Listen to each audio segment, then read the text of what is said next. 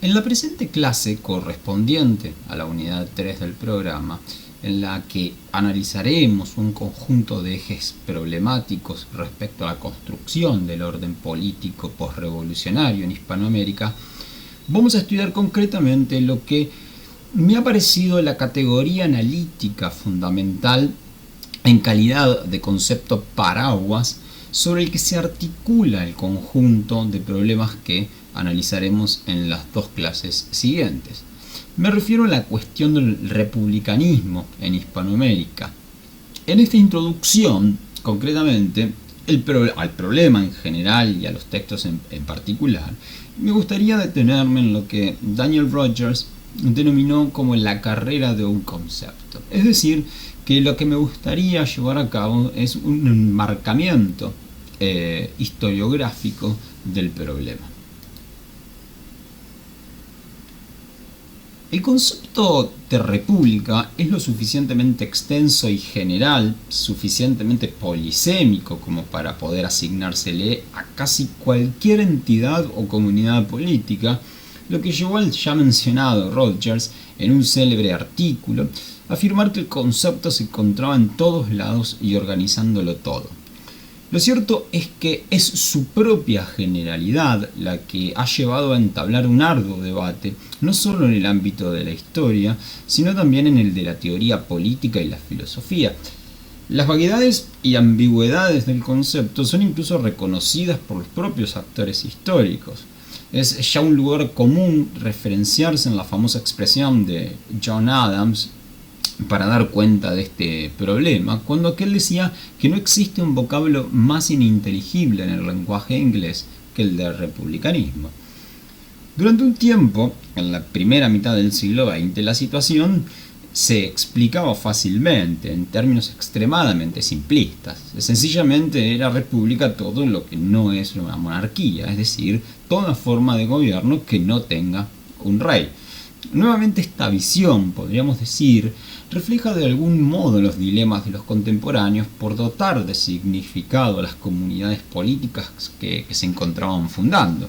Así, por tomar otro ejemplo norteamericano, el de Thomas Paine en su Rights of Man, afirmaba Thomas Paine que lo que se llama una república no es ninguna forma particular de gobierno, sino el propósito, materia u objeto por los cuales los gobiernos deben ser instituidos. Su origen es bueno, refiriendo al carácter y negocio del gobierno. En este sentido, se opone naturalmente a la palabra monarquía, que significa poder arbitrario hacia una persona individual, en cuyo ejercicio es él y no la res pública el objeto. El concepto de república posee muchas capas de sentido y es ambiguo, ¿verdad? Pero tal vez convenga indicar a grandes rasgos que la república ya fue teorizada en la antigüedad clásica. Ciertamente podemos decir que es aquello, como acabamos de decir, que no es una monarquía. Bien, pero también podemos entenderla a partir de su propia etimología, como res publica, es decir, la cosa pública, los asuntos de la comunidad política. Cicerón se refería a ella como una forma de vida social cuyo objetivo central es la libertad común. Esto quiere decir que los individuos que pertenecen a la república no solo poseen una individualidad natural, sino una existencia política y social. El gobierno de la república podía ser, para Cicerón, tanto monárquico, aristocrático, democrático, como también poseer una constitución mixta. Aquí podemos observar que Cicerón utiliza las mismas categorías que utiliza Aristóteles en su Politeia. Es decir que, en el sentido antiguo, república no es contradicción de monarquía. Tal oposición es producto de las mutaciones que se produjeron en los siglos XVII y XVIII, cuando la república pasa a ser concebida como una de las formas del gobierno popular, es decir, que abrazan la soberanía popular, aunque en términos prácticos el pueblo no gobierne sino a través de sus representantes. Esto último me parece fundamental para cuando lean el texto de Hilda Sábato que está como lectura obligatoria para esta clase. Pese a la evidente centralidad en el lenguaje político, el concepto de republicanismo había sido opacado y marginado de los estudios por distintas razones, como por ejemplo la relevancia que tomaron los estudios sobre el liberalismo, para posteriormente resurgir hacia la tercera mitad del siglo XX, a la vez que ganando nuevamente en densidad y en complejidad. En efecto, es notable este proceso de recuperación de lo que se ha dado en llamar tradición republicana, pero también trae a colación las diferentes tradiciones de las que se han nutrido con el paso del tiempo. Es decir, que estos estudios en última instancia plantean un análisis genealógico del concepto. En esencia, podríamos admitir que el republicanismo posee un lenguaje común, una serie de principios tales como bien común, gobiernos selectivos, representación política, etc. Sin embargo, en el núcleo en el núcleo del republicanismo se encuentra el concepto de libertad, ¿no? La noción de libertad, ya sea libertad como defensa de la colectividad, como libertad pública o como libertad política. Por eso, en gran medida, los debates en el siglo XX referidos al republicanismo tuvieron en su origen en el marco de los debates entre el liberalismo y el republicanismo, siendo una parte constitutiva esencial de este debate la noción de libertad. En esencia, la supuesta oposición entre liberalismo y republicanismo retomó el pensamiento de Isaiah Berlin, plasmado en dos conceptos de la libertad de 1958. Allí Berlin postula, como el propio título lo indica, una oposición binaria entre dos tipos de libertades. La primera de ellas en sentido negativo, es decir, como no intervención o no interferencia, y la segunda en un sentido positivo, fundada en el principio de la autolegislación y la participación en los asuntos públicos. Me interesan señalar dos cosas con respecto a esto. La primera es que en realidad Berlin no está más que retomando la clásica distinción de Benjamin Constant en dos libertades, de la libertad de los antiguos comparada con la libertad de los modernos del año 1819, aunque quitándole el carácter propiamente histórico que motivó la obra de Constant, es decir, que lo sitúa fuera de su propia temporalidad histórica, para hacer de estos contraconceptos, de estos dos contraconceptos asimétricos, como diría Reinhard Koselleck, el eje articulante último de todo debate político, ¿no? En su lectura, Constant asocia la libertad antigua con la participación directa en los asuntos públicos, algo que, según Constant, los modernos, debido a que quieren ocuparse de sus propios asuntos y además debido a que la extensión territorial no les permite la participación directa en los asuntos públicos, ya no requerirían. Requieren, por el contrario, la libertad individual, que es la de la no intervención, y al mismo tiempo requieren o necesitan de la representación política. El problema que Constant observaba en los antiguos era la del dominio absoluto del colectivo por sobre la individualidad, o el individuo, mejor dicho. El individuo es absorbido por la comunidad y subordinado a ella, ¿no? En Constant aún podemos nosotros percibir varias cuestiones que están empezando a hacer esta afirmación, ¿no?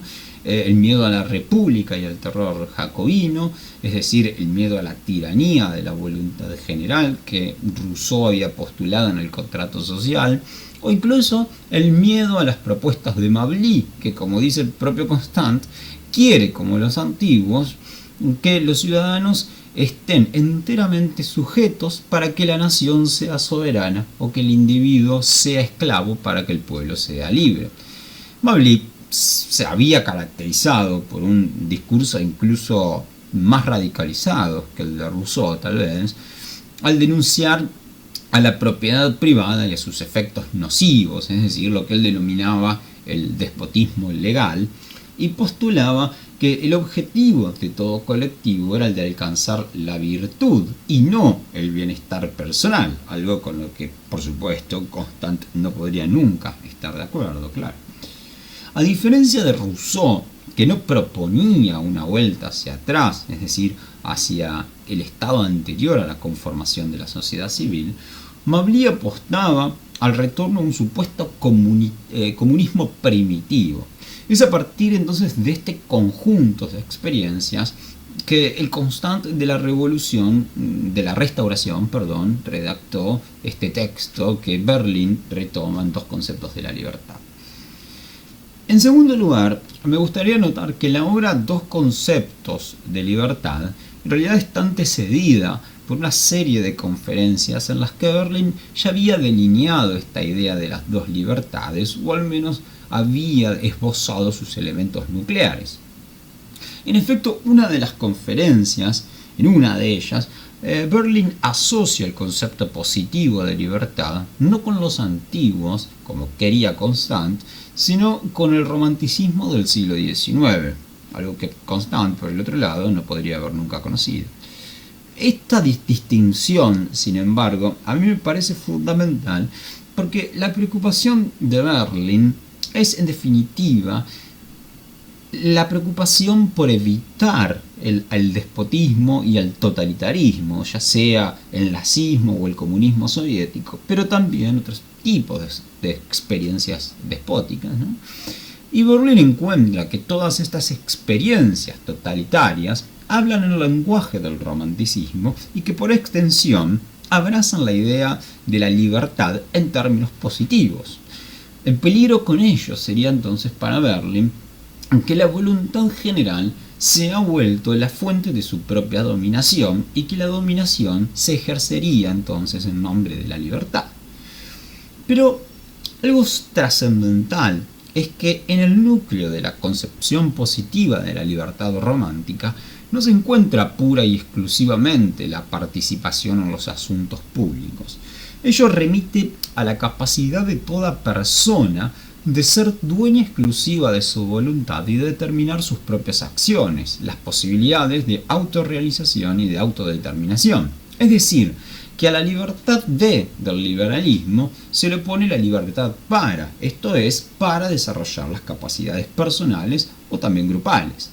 Esto ya lo percibe Berlin en Immanuel Kant y en Jean-Jacques Rousseau, a quienes, dicho sea de paso, en las raíces del romanticismo, Berlin cataloga como unos románticos moderados, ¿no?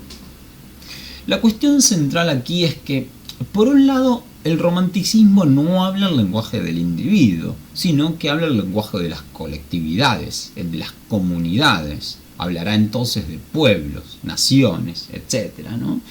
Por otra parte, el romanticismo percibe a la libertad no con un carácter instrumental como el liberalismo y la visión negativa de la libertad, sino como un fin en sí mismo por el que resulta obligatorio luchar. Esto conduce a Berlin a establecer entonces una conexión entre la necesidad de autorrealización del colectivo, de la colectividad, como forma única de ejercer la libertad en términos románticos, y los movimientos totalitarios o despóticos propios del siglo XX. Pero, más allá de estas distinciones, lo que me interesaría señalar es que la libertad negativa sería identificada entonces con el liberalismo, mientras que la positiva quedaría asociada con el republicanismo. Estos dos principios, además, serían eternos y se hallarían en pugna constante en todos los terrenos históricos más variados, ¿no? Tomemos, por ejemplo, el caso de alguien que vamos a ver a continuación, que es Louis Hutz, en The Liberal Tradition in America, de 1955. No, para Hutz existe una supuesta tradición antiliberal con una línea de continuidad perfectamente trazable en el tiempo que comenzaría en la Edad Media y llegaría sin fisuras al socialismo del siglo XIX y XX, ¿no? Pasaría de San Agustín a Jean-Jacques Rousseau y de este a Karl Marx y de este a Vladimir Lenin, ¿no? Ahora bien, pese al carácter anacrónico de esta idea de un supuesto antiliberalismo, en la base del renacimiento de los estudios sobre el republicanismo, de lo que tal vez, como ustedes están viendo en mi pantalla, los referentes teóricos sean Quentin Skinner y Philippe Petit, es decir, la corriente que se denomina neorrepublicanismo, se encuentra la distinción de Berlin en estas propuestas entre la libertad negativa y otra positiva, al mismo tiempo que también un esfuerzo por otorgar inteligibilidad a los conceptos de república y de republicanismo a partir de establecer una filiación genealógica. Antes que nada, algo que retomaré posteriormente, me parece importante apuntar que esta recuperación del republicanismo es al mismo tiempo una recuperación del republicanismo clásico y del humanismo cívico, llevada en gran medida en el mundo anglosajón. En este sentido, y siguiendo con la cuestión de la afiliación, podríamos mencionar a John Pocock, posteriormente me voy a ocupar de Pocock, quien en esta operación de rescate de la tradición republicana la vinculó en última instancia con Aristóteles o con Polibio, ¿no? Puesto que su intención en ese entonces era rastrear el concepto de bien y el de constitución mixta, ¿no? Frente a esta filiación del republicanismo a la Grecia clásica, Skinner y Petit apuntaron que existiría una línea de continuidad entre las repúblicas italianas y la tradición romana, de tal forma que es la reflexión neorromana de la libertad la matriz de pensamiento de las grandes revoluciones del siglo XVII y XVIII. Específicamente la están pensando en las revoluciones inglesa y norteamericana, para luego, hacia finales del siglo XIX, retirarse momentáneamente de la escena. Como mencioné, tanto los estudios de Skinner como los de Petit conforman una reacción frente al liberalismo académico que aún sostenían la idea de libertad como no interferencia. Ambos autores van a sostener, en cambio, la idea de libertad como no dominación. La libertad sigue siendo negativa, es ausencia, pero ausencia de dominación, y por ello la interferencia no arbitraria podría ser en algunos casos saludable, deseable y necesaria. Siguiendo el republicanismo clásico, entonces, tanto Skinner como Petit apuntan que alguien que es republicanamente libre es quien no está interferido ni es susceptible de estarlo.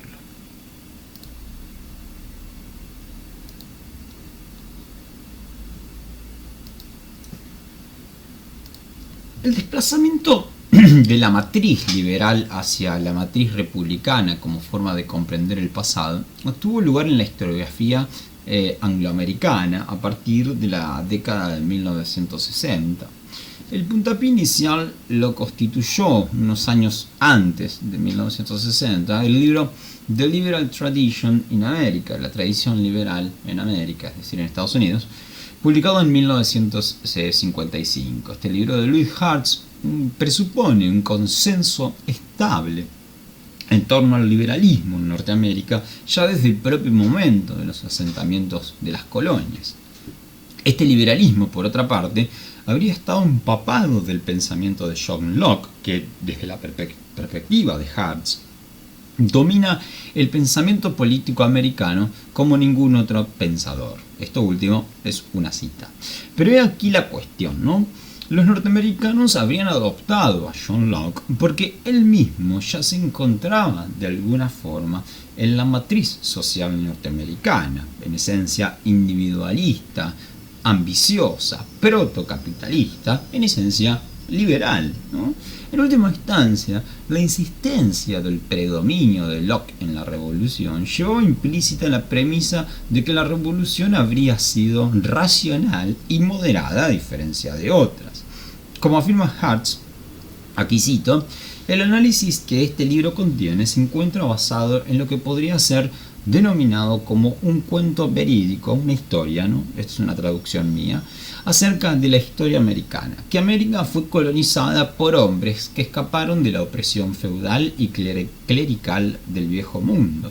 La cosa más remarcable de la comunidad americana en la historia occidental debe ser la inexistencia de aquellas opresiones, o dado que la reacción contra estas fue en un sentido amplio liberal, que la comunidad americana es una comunidad liberal, ¿no? El análisis teleológico y circular de Hartz ya se percibe aquí, ¿no? Es decir, Hartz no solamente propiciaba una imagen excepcional de Norteamérica en la historia occidental, sino que encontraba ya inscripto en su propia esencia social a lo que Hartz concibe como liberal, ¿no? Y por lo tanto es natural que en los orígenes ideológicos de Norteamérica exista el pensamiento de alguien también liberal como es John Locke. Los años 60, como había dicho, marcan el fin del predominio del paradigma hartziano y del liberalismo como categoría explicativa. La reacción provino en primer lugar de Edmund Morgan, quien en 1967 publicó un ensayo que se titula The Puritan Ethic and the American Revolution, es decir, la ética puritana y la revolución americana, cuya tesis es que en el núcleo de la revolución, desde la rebelión contra los tributos en la década de 1760 hasta que finalmente se constituye y se consolida el Estado en la década de 1790, se encontrarían un conjunto de valores puritanos, que estos, cito a Morgan, habrían allanado el camino a la independencia. Ahora bien, en rigor de verdad, Morgan había comenzado a trabajar sobre el puritanismo norteamericano en la década anterior ya.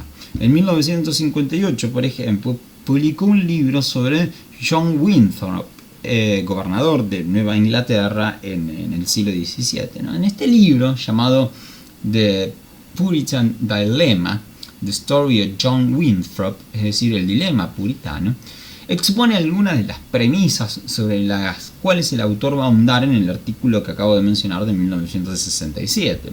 Allí, Morgan reconoce la poca reputación del puritanismo y su aplicación, tanto por parte de los liberales como de los conservadores, a todo aquello asociado con lo negativo, a todo lo que existiese de erróneo en el pensamiento de los norteamericanos de su tiempo. Para Morgan, sin embargo, los puritanos habrían encontrado respuestas a algunos de los problemas, o como el propio título del libro lo indica, a los dilemas humanos.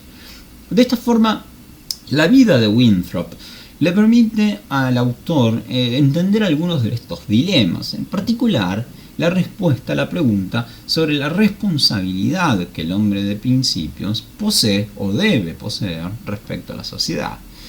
En el ensayo al que hice referencia de 1967, The Puritan Ethic, Morgan anuncia de cierto modo todos los aspectos que próximamente habrían de caer bajo el paraguas del republicanismo: el miedo a la corrupción, a la avaricia, al lujo y los efectos nocivos que esto trae, y sobre todo, lo que es más fundamental y trascendental, la virtud como eje central de la sociedad norteamericana y como opuesta al vicio británico, ¿no?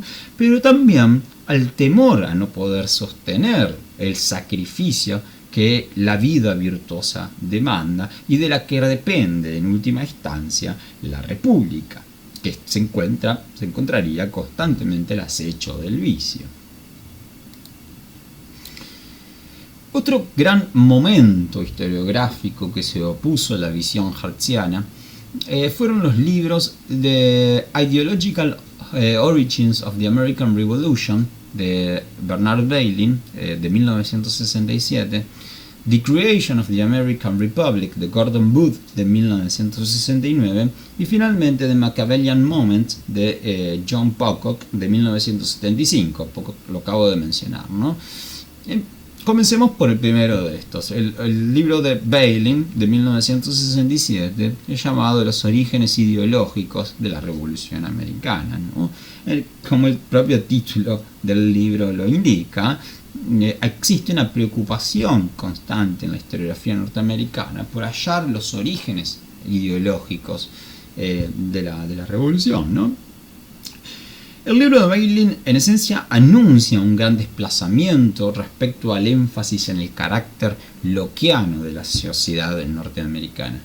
Bailyn sostiene en cambio la necesidad de acceder a un lado el supuesto dominio de la Ilustración y atender a lo que, cito, lo que los líderes del movimiento revolucionario estaban efectivamente diciendo. Fin de la cita. Desde su perspectiva, entonces, la ideología de la revolución de las colonias inglesas habría sido una mezcla de ideas y creencias de un carácter radical para la época, seguro, pero cuyo objetivo era en esencia liberar a los individuos del abuso del poder y de la tiranía del Estado.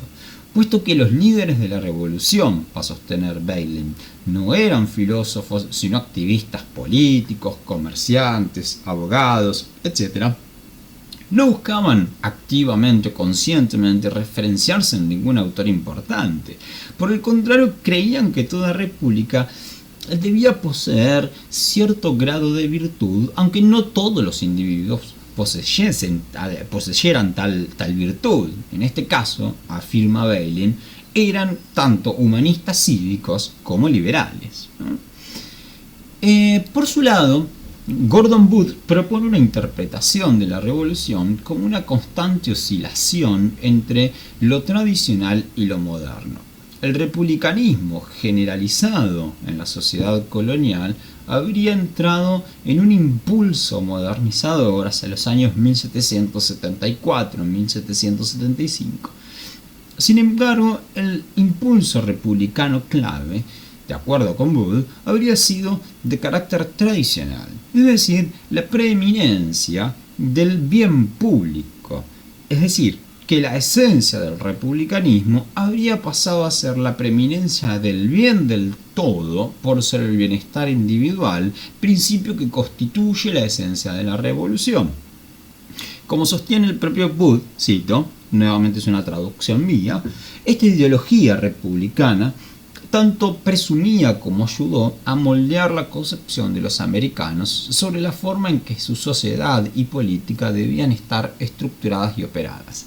Hacia 1776, la revolución representó el intento final, tal vez, de realizar el ideal tradicional de la Commonwealth, en el que el bien común fuese el único objetivo del gobierno. Por último, la propuesta de Pocock se aleja un poco de la dialéctica que maneja Booth en su análisis. Es, ante bien, un estudio, podríamos denominarlo genealógico o estratigráfico, si se quiere. En efecto, si el republicanismo de Booth era inglés y ya se encontraba en la propia sociedad norteamericana, Pocock rastrea sus orígenes en las ciudades-estados del Renacimiento italiano. Es decir, que las ideas republicanas habrían seguido un itinerario temporal y geográfico que nos llevaría desde Italia a Flandes y de allí a Inglaterra, y posteriormente conformó la matriz ideológica de la Revolución norteamericana. Por otra parte, un dato esencial, si en la propuesta de Booth, si en el corazón de su propuesta existe una concepción del republicanismo como el bien público, en Pocock eso es reemplazado por el concepto o la noción de virtud cívica. Pocock mantiene la discusión sobre la libertad negativa y positiva, identificando la primera con el lenguaje de los derechos, es decir, en última instancia el liberalismo, y la segunda vinculada con el lenguaje de la virtud y el humanismo cívico. El humanismo cívico, que es un término en realidad acuñado por Hans Baron, y con el que Pocock de alguna forma reemplaza el vocablo del republicanismo. Pese a las discrepancias, podemos percibir que el liberalismo se ha corrido del lugar central que la historiografía hartziana le otorgaba, ¿no? Ya no se hablará a partir de los estudios de Bailyn del liberalismo, sino de lo que se conoce como tradición republicana. La libertad positiva y su distinción respecto a la negativa se sigue manteniendo en estos estudios, pero ha perdido toda la carga peyorativa que poseía, por ejemplo, en los estudios de Berlin. Ahora bien, si nos adentramos en el mundo hispanoamericano, una de las primeras cuestiones que tenemos que tener en cuenta es que, como hemos visto ya en las clases antecedentes, la denominada nueva historia política ya habría desarticulado las viejas historias nacionales respecto a las revoluciones hispanoamericanas y centró la mirada en la coyuntura que se inició en 1808 con el aguacate Oreis, como el momento clave para explicar la fragmentación de la monarquía española, ¿no? Recordemos, sin embargo, que Guerra pone el énfasis en la noción de revolución hispánica, es decir, en un único movimiento global de crisis y fragmentación, más allá de lo controvertido de su explicación sobre el carácter moderno de tal fragmentación. Existe un hecho insoslayable luego de esta fractura monárquica. Con la excepción transitoria y de hecho bastante efímera, dos veces, primero con Agustín de Iturbide y luego ya en el Segundo Imperio de Maximiliano, mediando la década de 1860, la América hispana en su conjunto adoptó como forma de gobierno el republicanismo. De hecho, tal vez es el área geográfica de mayor número de experiencias republicanas en la primera mitad del siglo XIX. Ahora bien, tendremos que hacernos una serie de interrogantes. ¿Qué significa el republicanismo? ¿A qué republicanismo hacemos referencia para los casos hispanoamericanos? ¿Existe una solución de continuidad entre las repúblicas de antiguo régimen y el periodo de las revoluciones de independencia? Como mencioné al comienzo, estas preguntas son importantes porque afirmar que la América hispana fue y es republicana es en realidad decir muy poco, sobre todo debido a la enorme polisemia del vocablo república. El reconocimiento de la historiografía latinoamericana de que sus espacios de estudio habían sido ignorados sencillamente en la historia sobre las revoluciones y el republicanismo condujo al esfuerzo, hemos visto uno de ellos, el de Guerra, pero la cuestión del republicanismo Guerra la desarrolla con más detenimiento en un artículo muy conocido que se llama La identidad republicana en la época de la independencia, pero decía entonces que condujo a un esfuerzo de los historiadores, este reconocimiento de la marginalidad del ámbito hispanoamericano de los estudios sobre las revoluciones atlánticas y el republicanismo. Entonces hay un esfuerzo por insertar a los experimentos constitucionales en América, también en España, como parte constitutivas de las revoluciones atlánticas liberales y republicanas. Perspectiva atlántica que ha cobrado un gran interés en las últimas décadas y en la que, como hemos analizado en este curso, el libro de Tulio Alperindongui, Reformas y disolución de los imperios ibéricos, fue un importante jalón. Esta situación es lo que le otorga un peso particular a una de las obras que tenemos como bibliografía obligatoria, que es un libro compilado por Aguilar Rivera y Rojas titulado El republicanismo en Hispanoamérica, ensayos de historia intelectual y política, porque, como lo reconoce el propio Aguilar en la introducción al libro, conforma un primer intento serio por llevar a cabo esta operación tendiente a otorgarle entidad a las revoluciones hispanoamericanas en el conjunto más amplio de las experiencias republicanas atlánticas. El propio Aguilar lo explicaría en esos términos con la elección del título de uno de sus libros, que se llama Ausentes del Universo. No solo el título hace referencia al intento por insertar a la historia hispanoamericana en el ciclo revolucionario y republicano atlántico, sino que al mismo tiempo intenta revertir una ya muy arraigada tradición o prejuicio historiográfico, ¿no? Y es que los pensadores hispanoamericanos no habrían realizado ninguna contribución original al pensamiento político universal o el pensamiento universal en general. La tesis del libro, por supuesto, es negativa, más aún en el intento por trazar una genealogía del republicanismo hispanoamericano. Se ha asumido que las nuevas repúblicas que vieron la luz copiaron sin más a los Estados Unidos y a partir de allí intentan explicar sus turbulencias o sus contingencias.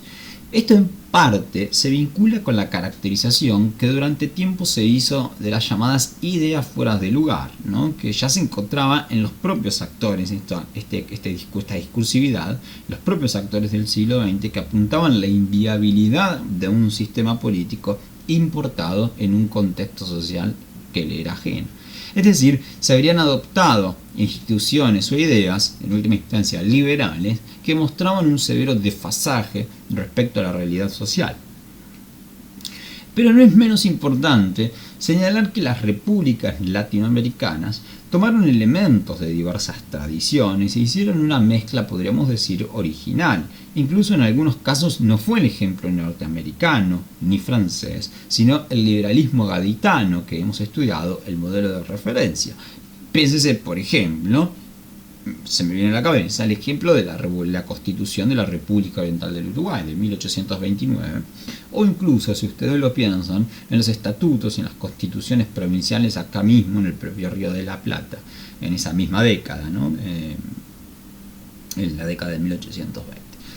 Ahora, por otra parte, como ha señalado por ejemplo Gabriel Andín, Hispanoamérica también ha sido marginada de los estudios referidos al republicanismo debido a que la categoría articuladora de los estudios más nuevos, la de virtud como hemos visto, es de difícil adaptación al discurso escatológico católico que subordina toda agencia humana a la gracia divina. De esta forma, la monarquía española parecería como todo lo contrario al republicanismo. Sin embargo, en este aspecto, como veremos a continuación, es también lícito preguntarnos por la supuesta antinomia entre república y monarquía, y si aquella, antes que una forma de gobierno, conforma un particular etos cívico.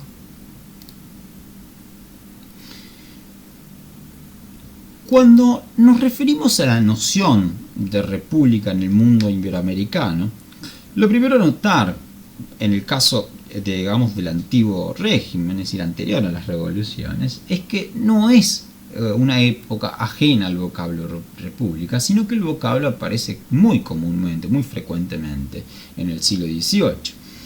En términos generales, en primer lugar, podría designar sin más a la res pública, indistintamente de la forma de gobierno que ésta adoptase, ¿no? En segundo lugar, algo que nosotros ya hemos estudiado en la clase referida al antiguo régimen y la política corporativa, particularmente nosotros lo vimos en el texto de Annick Lemperrier, pero esto Annick Lemperrier lo estudia con mucha más detalle y profundidad en su libro Entre Dios y el Rey y la República. Digo, entonces, siguiendo esta línea del Lemperrier, la república en segundo lugar es concebida como una suerte de causa pública, ¿no? La utilidad común. Por último, como hemos visto también, se asociaba a los límites de una sociedad, un pueblo o, mejor dicho, al gobierno municipal, que como vimos era el núcleo basal de la estructura política monárquica que pese al centralismo borbónico jamás fue desplazado. Estas dos últimas acepciones del término revisten particular importancia.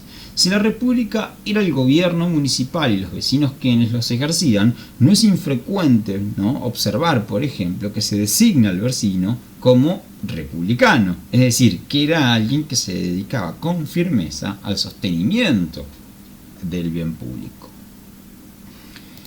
Ciertamente, las revoluciones, tanto la francesa como la norteamericana, pondrían en la picota el concepto de república, que deja de concebirse ya en términos concretos, es decir, al espacio donde la gente se vinculaba efectivamente cara a cara, para cobrar, podríamos decir, un mayor vuelo de abstracción, como sucede por otra parte con casi todos los conceptos políticos modernos. Así, a una monarquía que se quería conservadora del orden y de la estabilidad, se le pondría la república generadora de caos y de anarquía. Y esto no conforma un rasgo menor de los primeros años de la fractura del régimen monárquico hispánico, ¿no?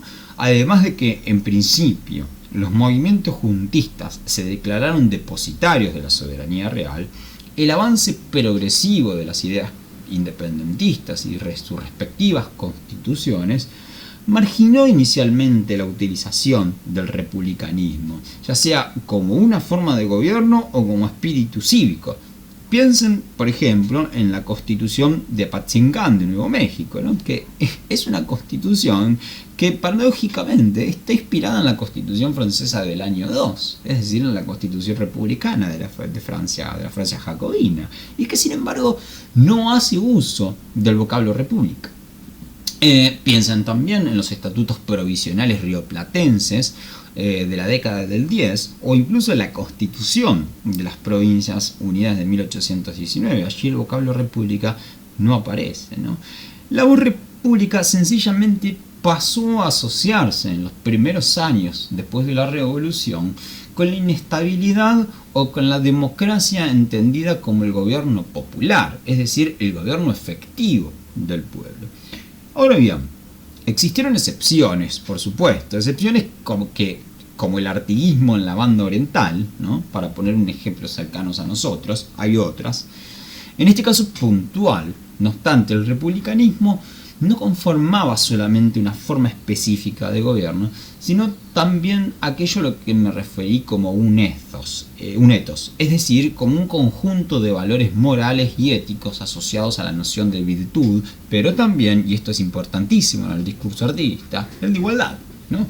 En las instrucciones que los orientales dieron a los diputados que iban a zumbarse a la Asamblea Constituyente de 1813, se lee en el último de los artículos lo siguiente: la Constitución garantirá a las Provincias Unidas una forma de gobierno republicana y que asegure a cada una de ellas de las violencias domésticas, usurpación de sus derechos, libertad y seguridad de su soberanía, que con la fuerza armada intenta alguna de ellas sofocar los principios proclamados.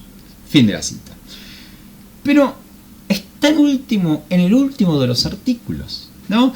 Es decir, y además de esto, la forma de gobierno republicana es sencillamente mencionada para luego dar paso hacia el mayor de los reclamos, que es el reclamo de la usurpación de derechos de cualquiera de las partes que constituirían un nuevo Estado sobre una u otras. En realidad el principal problema es Buenos Aires, por supuesto. De tal forma que la forma de gobierno aquí importa menos que el régimen de gobierno, ya sea centralista o confederal, para el caso artiguista por supuesto confederal, y fundamentalmente el problema, como dije, es la injerencia de Buenos Aires en los asuntos provinciales. Pero notemos que si inicialmente es posible que la voz republicana se asocie con la natural, entre comillas, autonomía de los pueblos que han asumido temporariamente la soberanía real, no es menor la irradiación del significado moderno asociado a la Revolución Francesa y norteamericana. Ciertamente, por ejemplo, las cartas de Filadelfia de 1774 circularon ampliamente por el espacio hispanoamericano, en el que en muchas regiones se hablaba incluso el lenguaje norteamericano y se demostraba una absoluta familiaridad con sus principios, como por ejemplo es el caso de Caracas, que han estudiado específicamente Páez Pomar y Moreno. Pero esto definitivamente no implica sencillamente una adopción fiel de la armación institucional estadounidense, sino que se ensayaron múltiples experimentos de ingeniería política de acuerdo con las particularidades de cada región y época. De esta forma, no sería lo mismo, por ejemplo, el primer republicanismo mexicano, sobre el que tenemos una lectura en esta clase, y el de mediados de los años 50, pongamos por caso, en el marco de las guerras entre liberales y conservadores, ¿no? Para finalizar, yo me he referido anteriormente al texto de François Xavier Guerra referido al republicanismo. Me gustaría ahora hacer referencia a este texto puntualmente, puesto que conforma uno de los primeros esfuerzos por dotar de cierta inteligibilidad global al republicanismo hispanoamericano, tanto desde lo que nosotros podríamos catalogar como el espacio de lo discursivo como el de las prácticas. La hipótesis de Guerra apela a una independencia de facto de los pueblos americanos ya durante el antiguo régimen, es decir, a lo que podríamos nosotros referirnos como un elevado grado de autonomía, que permite de esta forma explicar el auge del republicanismo en los primeros años revolucionarios, aunque tal republicanismo sea un espacio de diálogo entre lo antiguo y lo moderno, entre distintas tradiciones, o como lo denomina Guerra, entre distintos estratos, tales como el de la antigüedad clásica, el humanismo cívico renacentista, la ilustración y las revoluciones norteamericana y francesa, ¿no?